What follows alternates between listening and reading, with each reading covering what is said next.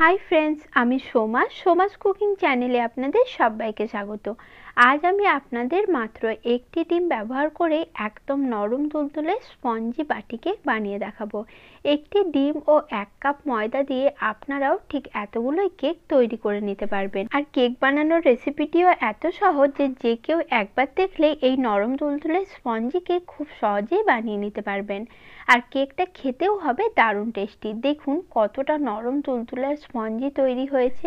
ভিডিওর মাঝে আমি কিছু ছোট ছোট টিপস আপনাদের সঙ্গে শেয়ার করব, যেগুলো ফলো করে আপনারাও খুব সহজেই একদম পারফেক্ট স্পঞ্জি কেক তৈরি করতে পারবেন। চলুন তাহলে এখন এই রেসিপিটি দেখে নিন। ভিডিওটি ভালো লাগলে লাইক ও শেয়ার করার অনুরোধ রইল। কেক বানিয়ে নেওয়ার জন্য প্রথমে একটি বড় মিক্সিং বোলের মধ্যে আমি নিয়ে নিচ্ছি একটি ফাটিয়ে রাখা ডিম। ফ্রিজ থেকে বের করে ডাইরেক্ট কিন্তু ডিম এখানে ব্যবহার করা যাবে না, ডিমটা রুম টেম্পারেচারের হতে হবে। এরপর এর মধ্যে আমি দিয়ে দিলাম 1/2 কাপ চিনি। চিনিটা আপনারা এখানে গুঁড়ো করেও ব্যবহার করতে পারেন। দিয়ে দিলাম 1/3 কাপ সাদা তেল। এবার এখানে দিয়ে দিচ্ছি 1 চামচ ভ্যানিলা এসেন্স। ভ্যানিলা এসেন্স বাড়িতে না থাকলে আপনারা এখানে এলাচের গুঁড়ো ব্যবহার করতে পারেন। আর সাদা তেলের পরিবর্তে চাইলে আপনারা এখানে ঘি অথবা বাটারও ব্যবহার করতে পারেন।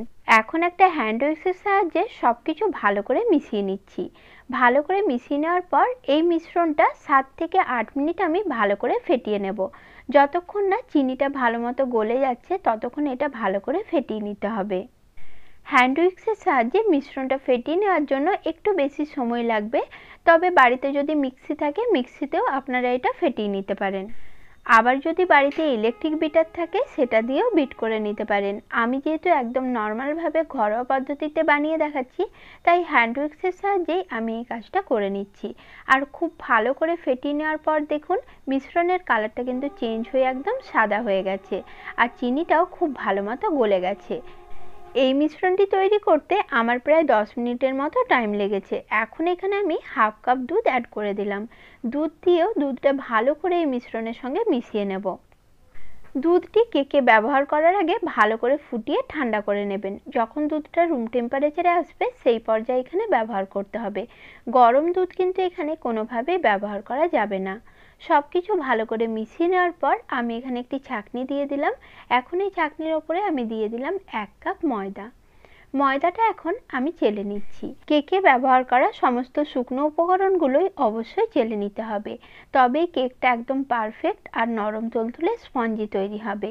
ময়দা কিছুটা চেলে নেওয়ার পর আমি এখানে অ্যাড করে দিচ্ছি 1/4 কাপ গুঁড়ো দুধ। কেক বানানোর সময় গুঁড়ো দুধ ব্যবহার করার অবশ্যই চেষ্টা করবেন। কেকের ব্যাটারে গুঁড়ো দুধ ব্যবহার করলে কেকটা খেতে অনেক বেশি টেস্টি হয়। তবে হাতের কাছে গুঁড়ো দুধ না থাকলে গুঁড়ো দুধ ছাড়াও আপনারা কেকটা তৈরি করতে পারেন। এরপর এর মধ্যে আমি দিয়ে দিচ্ছি 1 চামচ বেকিং পাউডার আর দিয়ে দেব 1/2 চামচ বেকিং সোডা। এরপর বাকি শুকনো উপকরণগুলো ভালো করে চেলে নিচ্ছি। আর পারফেক্ট কেক বানানোর জন্য বেকিং পাউডার ও বেকিং সোডা দুটোই কিন্তু ব্যবহার করতে হবে। সব কিছু ভালো করে চেলে নেওয়ার পর দেখুন এরকম বাড়তি কিছু উপকরণ থেকে গেছে, যেগুলো মিশ্রণে থাকলে কেকটা ভালো মতো স্পঞ্জি তৈরি হবে না, যে কারণে শুকনো উপকরণগুলো চেলে নেওয়া খুবই জরুরি। এখন সব কিছু একসঙ্গে ভালো করে মিশিয়ে নিচ্ছি। আর ডিমের মিশ্রণের সঙ্গে শুকনো উপকরণগুলো যখন মেশাবো তখন এইভাবে আলতো হাতে এক সাইড দিয়ে মিশ্রণটা ভালোভাবে মিশিয়ে নিতে হবে। খুব জোরে বা স্পিডে কিন্তু মেশানো যাবে না, আলতো হাতে এই কাজটা করতে হবে। ঠিক এইভাবে দেখুন এক সাইড থেকে আলতো হাতে আমি ভালোভাবে মিশিয়ে নিচ্ছি। আর সমস্ত পরিমাণ সঠিক থাকলে ব্যাটারটাও একদম পারফেক্ট তৈরি হবে। আমারও দেখুন ব্যাটারটা একদম পারফেক্ট তৈরি হয়েছে। একই মেজারমেন্ট বা পরিমাণ ফলো করে আপনারাও যদি কেকটা তৈরি করেন আপনাদের কেকগুলো একদম নরম তুলতুলে আর স্পঞ্জি পারফেক্ট তৈরি হবে। দেখুন কেকের ব্যাটার আমার তৈরি হয়ে গেছে। আর কেকের ব্যাটারের ঘনত্বটা ঠিক কীরকম হবে আমি আপনাদের দেখিয়ে দিচ্ছি। দেখুন কেকের ব্যাটারের ঘনত্ব এরকমই হতে হবে, খুব বেশি ঘন আবার খুব পাতলা করা যাবে না। এবার কেকের ব্যাটারটি এক সাইডে রেখে অন্যদিকে আমি গ্যাস অন করে কড়াই বসিয়ে নিয়েছি। যে কড়াইতে আমি কেকটা বানাবো সেই কড়াইটি বসিয়ে নিয়ে তার মাঝ বরাবর একটি স্ট্যান্ড রেখে কড়াইটি আমি ঢাকনা দিয়ে ঢেকে দিলাম। এবার গ্যাসের ফ্লেমটা একদম কমিয়ে দিয়ে লো ফ্লেমে 10 মিনিটের জন্য কড়াইটি আমি ফ্রি হিট হতে রেখে দেব। এবার যে বাটিতে আমি কেকগুলো বানাবো সেই বাটিগুলো আমি নিয়ে নিয়েছি। দেখুন এরকম ছোট ছোট আমি 5টা বাটি নিয়েছি। আর এই ধরনের বাটি সকলের বাড়িতেই থাকে, সাধারণত যে বাটিতে আমরা তরকারি খেয়ে থাকি সেই বাটিগুলোই। আমি একটু ছোট সাইজের বাটি নিয়েছি, আপনারা চাইলে আরেকটু বড় সাইজের বাটিতেও কেকগুলো বানিয়ে নিতে পারেন। আবার চাইলে একটা বড় বাটির মধ্যে বড় একটা কেকও বানিয়ে নিতে পারেন। কেকের ব্যাটার যদি পারফেক্ট হয়, কেক ছোট অথবা বড় যেমনই বানান না কেন সেটা নরম তুলতুলে স্পঞ্জি তৈরি হবে। প্রতিটা বাটির মধ্যে এইভাবেই আমি তেল প্রথমে ব্রাশ করে নিচ্ছি। আবার চাইলে হাতের সাহায্যেও এইভাবে খুব ভালোভাবে প্রতিটা বাটির মধ্যে তেল লাগিয়ে নিতে পারেন। এরপর এই বাটিগুলোতে আমি কিছুটা করে ময়দা ছড়িয়ে দিচ্ছি। ময়দা দিয়ে পুরো বাটির মধ্যে ময়দাটা আমি ভালোভাবে ছড়িয়ে নেব। আর বাটির চার সাইডে ঠিক এইভাবে ময়দাটা খুব ভালোভাবে ছড়িয়ে লাগিয়ে নিতে হবে। এতে করে কেকটা বেক হওয়ার পর খুব সহজেই বাটি থেকে বাইরে বেরিয়ে আসবে। কেকটা বেক হওয়ার পর সেটাও আমি আপনাদের দেখিয়ে দেব। পুরো বাটিতে ভালোভাবে ময়দাটা ছড়িয়ে নেওয়ার পর যে এক্সট্রা ময়দা রয়েছে সেটা আমি অন্য বাটিতে দিয়ে দিচ্ছি। আর এইভাবেই প্রতিটা বাটির মধ্যে আমি খুব ভালোভাবে ময়দা লাগিয়ে নিয়েছি। হাতের কাছে বাটার পেপার থাকলে ময়দার পরিবর্তে সেটাও আপনারা এখানে ব্যবহার করতে পারেন। তবে যেহেতু সকলের বাড়িতে বাটার পেপার থাকে না, তাই এখানে আমি ময়দা ব্যবহার করে আপনাদের কেকটা বানিয়ে দেখাচ্ছি। এরপর একটি চামচের সাহায্যে কেকের ব্যাটারটি তুলে আমি বাটির মধ্যে দিয়ে দিচ্ছি। এখানে এক একটা বাটিতে আমি 3 চামচ করে কেকের ব্যাটার দিয়ে দেব। আর কেকের ব্যাটার বাটিতে দেওয়ার সময় অবশ্যই খেয়াল রাখতে হবে বাটির অর্ধেকটা অংশ জুড়ে যেন কেকের ব্যাটারটা থাকে, কারণ কেকটি যখন বেক হবে তখন এটা ফুলে দ্বিগুণ হয়ে যাবে। তাই বাটিতে কেকের ব্যাটার অর্ধেকটা অংশ জুড়েই দিতে হবে। চাইলে আপনারা আরেকটু কম করেও দিতে পারেন, কোনো অসুবিধা নেই। কিন্তু কেকের ব্যাটার যদি বেশি পরিমাণে দিয়ে দেন সেক্ষেত্রে কেকটা বেক হওয়ার পর বাটির গা বেয়ে একদম বাইরে বেরিয়ে আসবে। সেক্ষেত্রে কেকটা দেখতেও ভালো লাগবে না আর খেতেও ভালো হবে না। তাই বাটির অর্ধেক অংশ জুড়ে কেকের ব্যাটারটা দিতে হবে। এখন প্রতিটা বাটির মধ্যে আমি কেকের ব্যাটারটি দিয়ে দিচ্ছি।